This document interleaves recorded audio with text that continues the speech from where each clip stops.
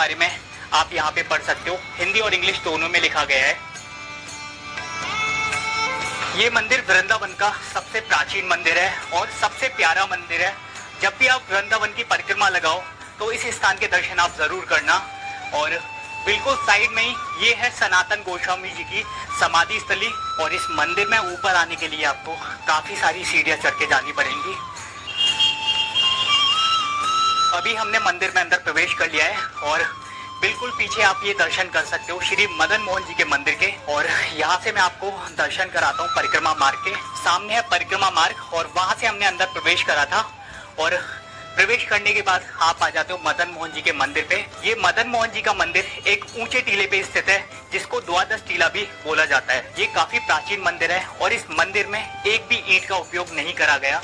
ये पूरा मंदिर पत्थरों के द्वारा बनाया गया है। तो आप यहाँ पे देख सकते हो पूरे मंदिर में पत्थर है।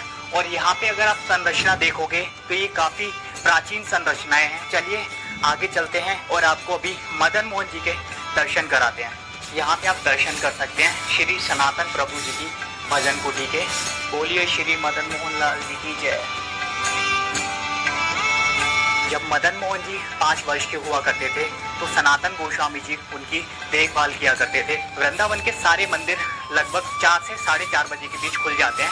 सामने ही है श्री मदन मोहन जी का मंदिर। तो चलिए आपको दर्शन कराता हूँ। मंदिर के बिल्कुल सामने ही एक और रास्ता है जहाँ से आप परिक्रमा मार्ग से श्री मदन मोहन जी के मंदिर के लिए आ सकते हो और यहीं से श्री बांके बिहारी जी के लिए जा सकते हो।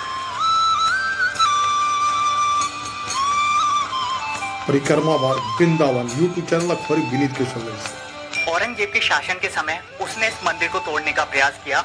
उस समय यहाँ पे मदन मोहन जी की मुख्य प्रतिमा हुआ करती थी। लेकिन आज के समय आप यहाँ पे मदन मोहन जी के प्रतिरूप की पूजा करते हैं क्योंकि मदन मोहन जी के मुख्य प्रतिमा को राजस्थान के करौली जिले में स्थानांतरित कर दिया गया था। औरंगजेब ने इस मंदिर पे आक्रमण करके इसको क्षतिग्रस्त करा था। वृंदावन के काफी सारे ऐसे मंदिर हैं जहां पर औरंगजेब ने आक्रमण करा और उनको तोड़ा था। ये थे इस पूरे मदन मोहन जी के मंदिर के दर्शन। तो चलिए अभी परिक्रमा में आगे चलते हैं। इसी तरह से वीडियो में अंत तक बने रहिए जिससे आपको परिक्रमा मार्ग में पड़ने वाले हर एक मंदिर के दर्शन होते रहें। परिक्रमा मार्ग में अगला स्थान पड़ता है महाप्रभु जी की बैठक। चलिए अंदर चलते हैं और आपको दर्शन कराते हैं महाप्रभु जी की बैठक के। मंदिर में प्रवेश करते ही आपको महाप्रभु जी के विग्रह के दर्शन हो जाते हैं और बिल्कुल साइड में ही एक महाप्रभु जी की काफी बड़े विग्रह के दर्शन भी होते हैं आपको। अभी आपको मुख्य मंदिर में अंदर लेके चलता हूँ। इस मंदिर में मुख्य जो प्रतिमा है श्री कृष्ण भगवान और राधा रानी जी की है। आप दर्शन कर सकते हैं और यहीं पे आपको दर्शन होते हैं 5,500 वर्ष पुराने इमली के इस वृक्ष के। जब श्री राधा रानी जी ने अपने पैरों में महावर लगाया था उस दौरान इसी इमली के वृक्ष से श्री राधा रानी जी के पैरों में धूल लग गई थी। जब से 84 कोस में कहीं भी पकी इमली नहीं लगती है। और इस वृक्ष की मान्यता है यहाँ की आपको 4 परिक्रमा लगाने से काफी पुण्य की प्राप्ति होती है। तो चलिए आप लोग भी मेरे साथ मानसिक रूप से इस इमली के वृक्ष की परिक्रमा लगा सकते हो। ये थे महाप्रभु जी की बैठक के दर्शन। तो चलिए अभी परिक्रमा में आगे चलते हैं। ऐसे ही वीडियो में अंत तक बने रहिए जिससे आपको परिक्रमा के सभी मंदिरों के दर्शन होते रहें। बिल्कुल साइड में ही आपको गोपीनाथ भवन के भी दर्शन हो जाते हैं और यहाँ पे आप दर्शन कर सकते हो वृंदावन की परिक्रमा में काफी प्राचीन वृक्षों के। अभी हम आ चुके हैं अपने अगले स्थान पे जिसका नाम है सिंगार घाट। तो चलिए आपको इस पूरे स्थान के दर्शन कराता हूँ और यहाँ की लीला के बारे में जानकारी देता हूँ। तो ये है परिक्रमा मार्ग और यहाँ पे लगा है सिंगार घाट का बोर्ड और इस बोर्ड के बिल्कुल सामने ही है सिंगार घाट का रास्ता। तो सामने आप देख सकते हैं वहीं से सिंगार घाट के मंदिर में अंदर प्रवेश के लिए जाना पड़ेगा। मंदिर में प्रवेश करते ही सबसे पहले आपको यहाँ पे दर्शन होते हैं प्राचीन श्री बटेश्वर महादेव जी के मंदिर के। तो आप दर्शन कर सकते हो महादेव जी के। और थोड़ा सा आगे चलने पे हम आ जाते हैं श्री राधा रानी जी के सिंगार स्थली पे। चलिए आपको यहाँ के पूरे दर्शन कराता हूँ और यहाँ की लीला के बारे में सारी जानकारी देता हूँ। अभी हम आ चुके हैं सिंगार घाट पे अंदर और यहाँ पे एक वट वृक्ष है जिसके नीचे बैठ के श्री कृष्ण भगवान ने श्री राधा रानी जी का श्रृंगार किया था। अभी मैं आपको उस वट वृक्ष के भी दर्शन कराऊंगा। सबसे पहले मैं आपको इस पूरे मंदिर के दर्शन करा देता हूँ। ये है यहाँ का मुख्य मंदिर। यहाँ पे आप दर्शन कर सकते हैं श्री कृष्ण भगवान और राधा रानी जी के और काफी अच्छे दर्शन है यहाँ पे। वृंदावन के सारे स्थान श्री कृष्ण भगवान की लीलाओं से जुड़े हुए हैं। तो यहाँ पे हर एक स्थान पे, हर एक जगह में, पूरे वृंदावन में श्री कृष्ण भगवान ने अनेकों लीलाएं की हैं। उन्हीं लीलाओं के दर्शन मैं आज आपको इस वीडियो के माध्यम से करा रहा हूँ। तो यहाँ पे आप दर्शन कर सकते हैं। कुछ इसी प्रकार से श्री कृष्ण भगवान ने राधा रानी का श्रृंगार इसी स्थान पे किया था। आप इस तस्वीर के माध्यम से उस लीला के दर्शन। हरे कृष्णा दोस्तों, YouTube चैनल अखबारी विनीत में स्वागत है। और आज जो आप वीडियो देख रहे हैं ये YouTube चैनल अखबारी विनीत के सौजन्य से, ये वृंदावन परिक्रमा आप देख रहे हैं जो 12 किलोमीटर की है। आइए अब अपने सहयोगी की आवाज सुनते हैं। वृंदावन परिक्रमा YouTube चैनल अखबारी विनीत के सौजन्य से।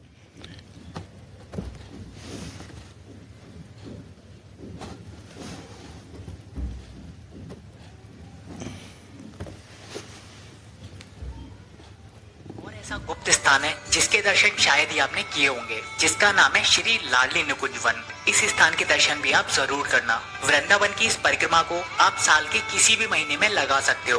वृंदावन वह स्थान है जहाँ पे श्री कृष्ण भगवान अपने ग्वाल वालों के साथ में खेला करते थे, बंशी बजाया करते थे। जितने लोग इस परिक्रमा को मेरी वीडियो के माध्यम से पहली बार लगा रहे हो तो इस वीडियो को अंत तक जरूर देखना।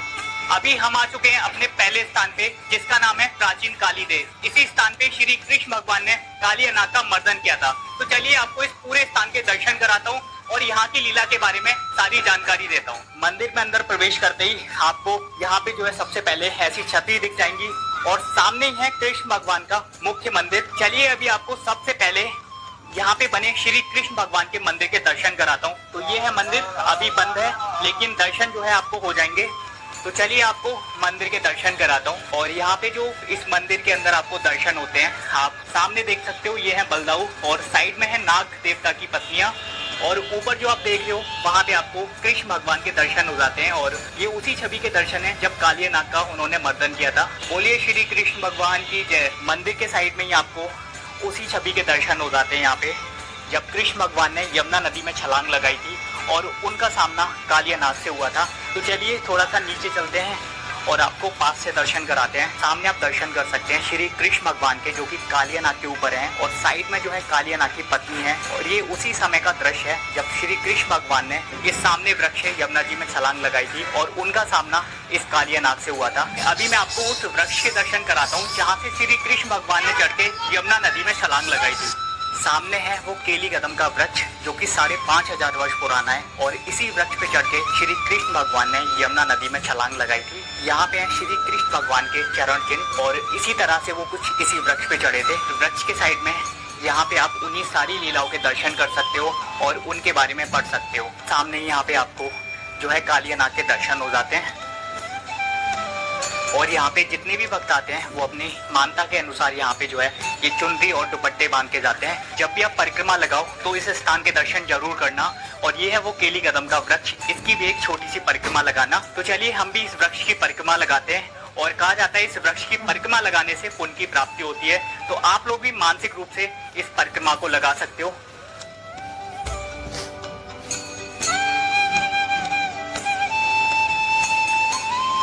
तो चलिए अभी आपको थोड़े नीचे से दर्शन कराता हूँ।